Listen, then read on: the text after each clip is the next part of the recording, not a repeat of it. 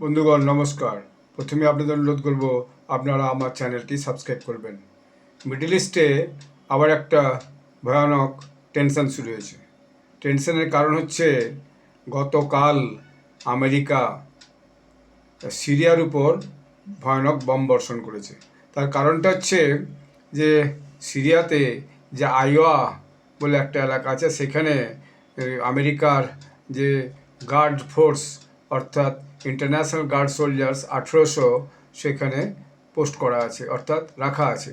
সেখানে দেখা গেল কি, সেখানে এই যে আপনার আক্রমণকারীরা আততায়ীরা সেখানে দুজন আমেরিকান সোলজার্স তাদেরকে হত্যা করেছে, অর্থাৎ সেখানে তাদের উপর আক্রমণ করে তাদেরকে নিহত করেছে।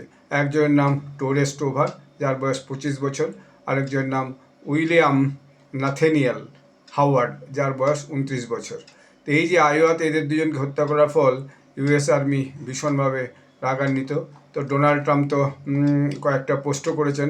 তিনি লিখেছেন যে I am hereby announcing that United States inflicting very serious retaliation just as I promised on the murderous terrorist রেসপন্সিবলস।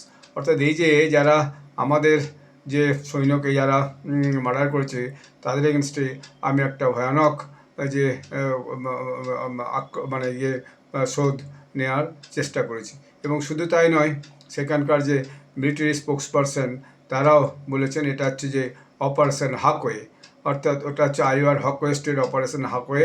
সেটা তাদের সন্দেহ হচ্ছে ওখানে যে আইএসআইএস মিলিটারি তারা হচ্ছে যে এই আমেরিকান দুজন সোল্ডারকে হচ্ছে যে ক্ষতি পৌঁছেছে, অর্থাৎ তাদের হত্যা করেছে। এর বাইরেও 3জন সোল্ডার ভীষণভাবে মানে আক্রমণের ফলে 3জন যে সৈনিক তারা ভীষণভাবে মানে হয়েছে, তাদের ক্ষতি হয়েছে। তারা এখন হাসপাতালে ভর্তি হয়েছে এই আক্রমণের ফলে দেখা যাচ্ছে আমেরিকার সঙ্গে সিরিয়ার একটা যুদ্ধ হতে চললেই বলে। যদিও আমেরিকা কিছুদিন আগেই এই যে সিরিয়ার বর্তমান প্রেসিডেন্ট সে তাকে নিয়ে গিয়ে ডোনাল্ড ট্রাম্প হোয়াইট হাউসে বসিয়ে তাকে নিয়ে কিন্তু যে আলসারা তাকে নিয়ে কিন্তু বেশ গল্প টল্প করে তার সঙ্গে কী সব চুক্তি করেছিল বোঝা বড় মুশকিল, সেটা আমি আর ডিটেলে পড়ে দেখিনি। তো এই আলসারা এও নাকি কোনো একটা এরকম সংগঠনেরই হেড ছিল এবং যুদ্ধ করতে করতে সিরিয়ার যে প্রেসিডেন্ট ছিল বাশার আল আসাদ তাকে ক্ষমতাচ্যুত করে এবং তাকে সে পালিয়ে যেতে বাধ্য হয়। সম্ভবত সে এখন রাশিয়াতে আছে এবং তার যে সৈন্য সামন্ত ছিল তার হয়ে আর লড়াই করছিল তাদের অধিকাংশকেই এরা প্রায় হত্যা করেছে এবং অথবা তারা পালিয়ে যেতে বাধ্য হয়েছে। এখন একটা এরকম অবস্থায় মিডল ইস্টে একটা ভয়ানক টেনশন শুরু হয়েছে এবং যে ডিফেন্স সেক্রেটারি পেটে হেগসেট আমেরিকার, তিনি তো আবার যে এক্স হ্যান্ডেলে একটা লিখেছেন যে ডিক্লারেশন অফ ভেনগেনেন্স, তো এই হচ্ছে প্রতিরোধের হামলা, আমাদের যে সৈন্যকে প্রতিরোধ করেছে এটা তার হামলা। তো এইটা একটা যে মারাত্মক যে টেনশন এর বুকেও শুরু হয়েছে, আমেরিকার বুকেও শুরু হয়েছে এবং তারা পরিষ্কার বলেছে যে যারা ওখানে করেছে we are striking very strongly against ISI stronghold in Syria, a place soaked in blood which has many problems but one that has a bright future if ISIS can be eradicated. এটাও Donald Trump আবার গতকাল লিখেছেন, গতকাল মানে শুক্রবার লিখেছেন যে আমরা এই আইএসআইএসের বিরুদ্ধে সিরিয়াতে ভীষণভাবে হচ্ছে যে স্ট্রাইক করেছি এবং যাতে ওখান থেকে আইএসআইএস ধ্বংস হয়, তবেই ইরাডিকেট হয়ে যায় একদম, তবেই ওখানে সমস্ত সমস্যা মিটবে এবং ওই সিরিয়ার একটা ভয়ানক ব্রাইট ফিউচার তৈরি হবে। এবং দেখা যাচ্ছে যে প্রায় 70টা টার্গেটে, এই 70টা টার্গেটে ইউএস যে মিলিটারি তারা অপারেশনটা করেছে এবং এটা একটা ভয়ানক যে সিরিয়ার উপর অপারেশন বলা যায়। তো আগামী দিনে এটা আবার সিরিয়ার সঙ্গে যুদ্ধ শুরু হয়ে যায় কিনা কে জানে। যদিও সিরিয়ান অফিসিয়ালের পক্ষ থেকে যে বলা হয়েছে যে না, এরা আইএসআইএসের সঙ্গে যুক্ত নয়, বা দুপক্ষই বলেছে আইএসআইএসের সঙ্গে যুক্ত নয়, সেটা ভবিষ্যতে প্রমাণ হবে কারা এইভাবে এই যে আমেরিকান মিলিটারির উপরে আক্রমণটা করলো। এবং ফলে এটা আমেরিকার কাছে একটা চ্যালেঞ্জ হয়ে গেছে সিরিয়াতে যে তাদের সৈন্য রাখা, এবং বলা হচ্ছে আইওয়াতে প্রায় 1800 সৈন্য নাকি আমেরিকার রাখা আছে, বা ন্যাশনাল গার্ডে রাখা আছে, বা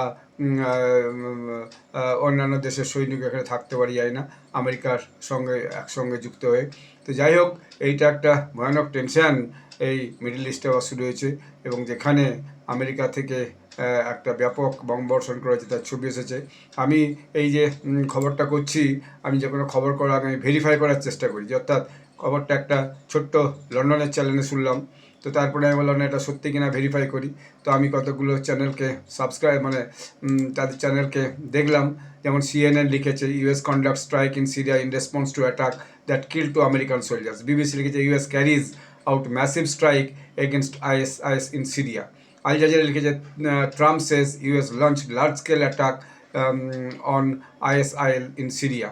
আর এনপিআর লিখেছে US launches strike in Syria targeting Islamic State fighters after American soldiers death there. তো আমি এটা ভেরিফাই করে দেখলাম যে ঘটনাটা সত্যি। যে কোনো খবর করার আগে আজকের দিনে সেই খবরটা আরও বিভিন্ন চ্যানেল কি বলছে বা অন্যান্য নিউজ ওয়েবসাইট কী বলছে সেটা ভেরিফাই করে করা হচ্ছে, তাই ভেরিফাই করে দেখলাম। তো যাই হোক, সিরিয়ার যে একটা রিবেল গ্রুপের সঙ্গে, তারা আইএসআইএস নাও হতে পারে, অন্য কোনো রিবেল গ্রুপ হতে পারে, যারা আমেরিকান 2জন সোলজারকে হত্যা করেছে এবং 3জনকে ভীষণভাবে উন্ডেড করেছে, তার বিরুদ্ধে আমেরিকা একটা ব্যাপক কিন্তু সেখানে যে প্রতিশোধের যে বর্ষণ সেটা করেছে, এবং আগামী দিনে এইটা আরও কোন জায়গায় পৌঁছায় সেটাই দেখার। অর্থাৎ যে শান্ত হওয়ার কথা ছিল সিরিয়া এবং ওই অঞ্চল মিডল ইস্টে, সেটা কিন্তু আবার একটা আমেরিকার সঙ্গেই যুদ্ধক্ষেত্রে পরিণত হতে চলে গেছে। তো আগামী এখানে ভিডিওটি শেষ করছি। আবার নতুন কোনো আন্তর্জাতিক রাজনীতির বিষয় নিয়ে আপনাদের সঙ্গে পরবর্তী আলোচনা করব। আপনারা সবাই ভালো থাকবেন, ধন্যবাদ।